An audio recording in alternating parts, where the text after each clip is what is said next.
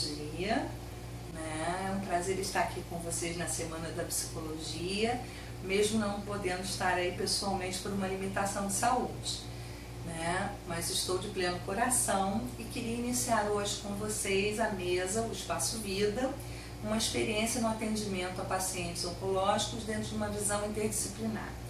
E antes que a gente comece a colocar a experiência nossa do Espaço Vida, que a Beth e a Cláudia vão poder colocar com mais detalhes, eu queria falar um pouquinho dos aspectos psicodinâmicos do paciente oncológico, né?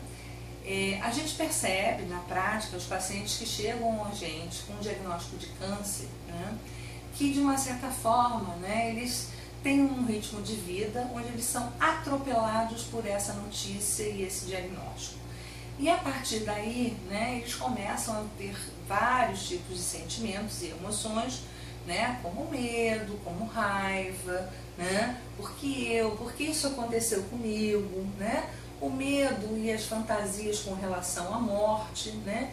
A gente sabe que infelizmente o câncer ainda está hoje em dia associado à morte, né, é quase que uma equação, né, se falar de câncer, né, como se fosse o destino da morte. E a gente percebe que esses pacientes, né, precisam ser escutados na sua dor psicológica, né, precisam ser entendidos, muitas vezes até impossíveis transtornos de comportamento que começam a acontecer em função dessa notícia, né? Por quê? Porque ela gera uma angústia muito grande, né?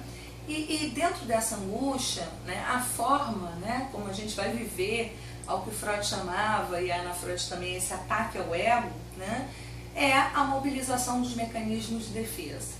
Dentre eles, no paciente oncológico, o que mais a gente percebe, né, é a negação. E a negação ela pode ser feita de duas maneiras, né? Muitas vezes a gente percebe o paciente negando o diagnóstico que o médico lhe coloca, achando que o médico trocou o exame, que aquele não é o seu exame, ou que o médico não é competente, que é um engano do médico, que é uma forma de negar aquela dor, né? Aquele sofrimento psíquico naquele exato momento, né?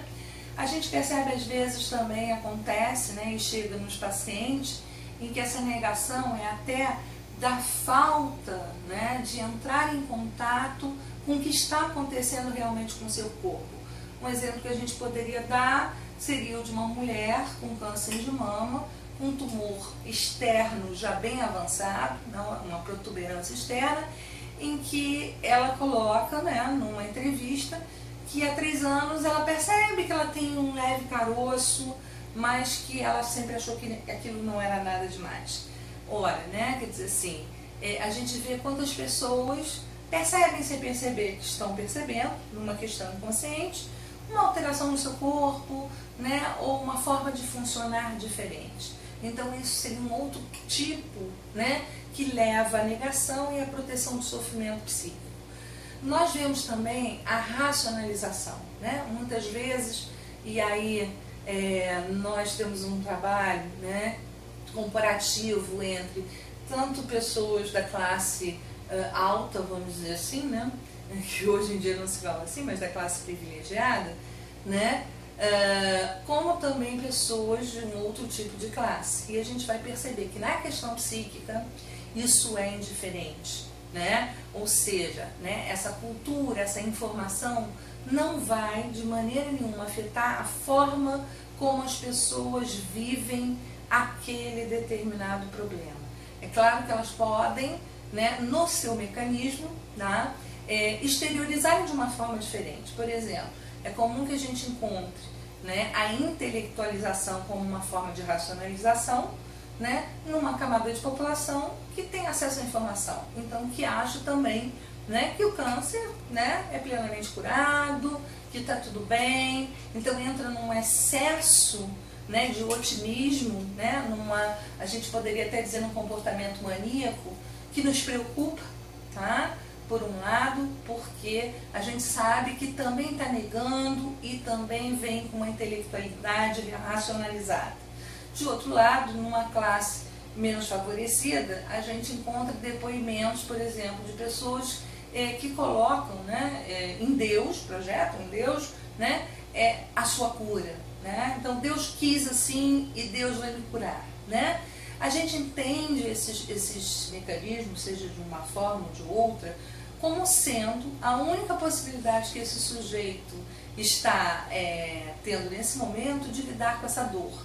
Até porque, né, é importante que a gente coloque, né, que a questão do câncer, né, traz situações, né, de desamparo, né, de literalmente solidão, de falta de afeto, que são características do que o Freud nomeou lá atrás de trauma. Então existe um trauma psíquico naquele momento, existe, né, situações subjetivas sendo colocadas, né, e dentre elas eu ressalto a questão, né, da castração, né, quer dizer assim, a morte se coloca como limite, né, e muitas vezes essa castração, né, não é só representada na morte, mas é representada no limite físico do corpo, na extirpação de um pedaço do corpo, seja uma mama que tem que ser retirada, né, ou um pedaço do intestino, né, ou uma colostomia que tem que ser colocada. Então, assim, né, esse corpo vai vivendo, tá, no concreto, né, e a gente lembra lá da frase do Freud, o ego, antes de tudo, é um ego corporal, né? Então ele vai vivendo essas dores psíquicas, né, além da dor física.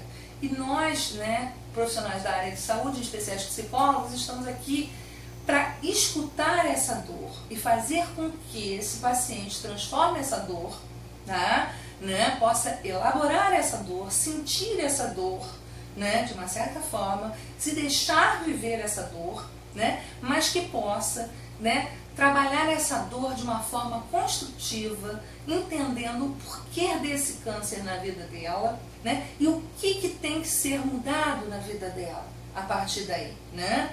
Então, é claro que a gente está tocando no terreno da pulsão de morte, da pulsão de vida, né? E dentro desse terreno eu quero ressaltar que é muito importante que o profissional que trabalha com isso tenha sempre o seu espaço pessoal, porque vai lidar com as suas questões contratransferenciais também, né, com relação a isso. E, né, acho que é importante também, né, a gente estar sempre olhando, né, para esse sujeito de uma forma integrada, né. Eu gostaria de ressaltar que houve uma época que houve uma certa psicologização, a meu ver, do câncer, né. Então se divulgou muitas pesquisas que, embora tenham seu valor científico, né, do perfil das pessoas que poderiam fazer um câncer. A meu ver, né, isso só contribuiu, né, para uma possibilidade iatrogênica dessas pessoas. Ou seja, né, o que aconteceu? Essa divulgação, que eu chamo um pouco de psicologia da revista Carinho, acabou ainda por redundar, né, em determinados sentimentos por parte do paciente como culpa, né? É comum o paciente nos procurar e dizer: doutora, eu fiz um câncer, né? É claro que se por um lado de uma escuta a gente diz que bom que esse sujeito está, né, se olhando, tá?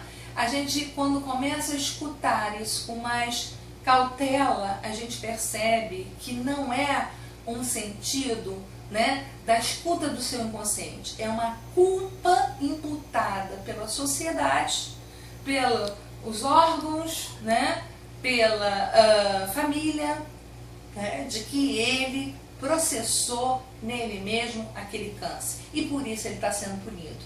Então, nesse sentido, não é uma intervenção, vamos dizer, saudável, né?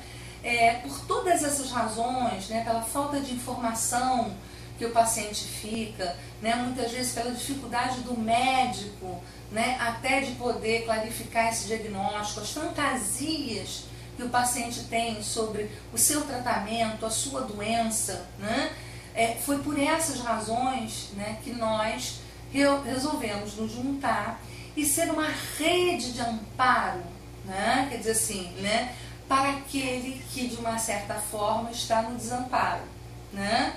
Então nós resolvemos então criar o Espaço Vida, tá? que é um espaço interdisciplinar que pretende dar, né, vamos dizer assim, esse holding, essa contenção, tá, a esse paciente nesse momento tão difícil, e que os outros profissionais, a Beth, a Cláudia, o Ricardo, o Alexandre, vão poder explicar um pouquinho para vocês, tá? Obrigado, queria muito estar aí com vocês.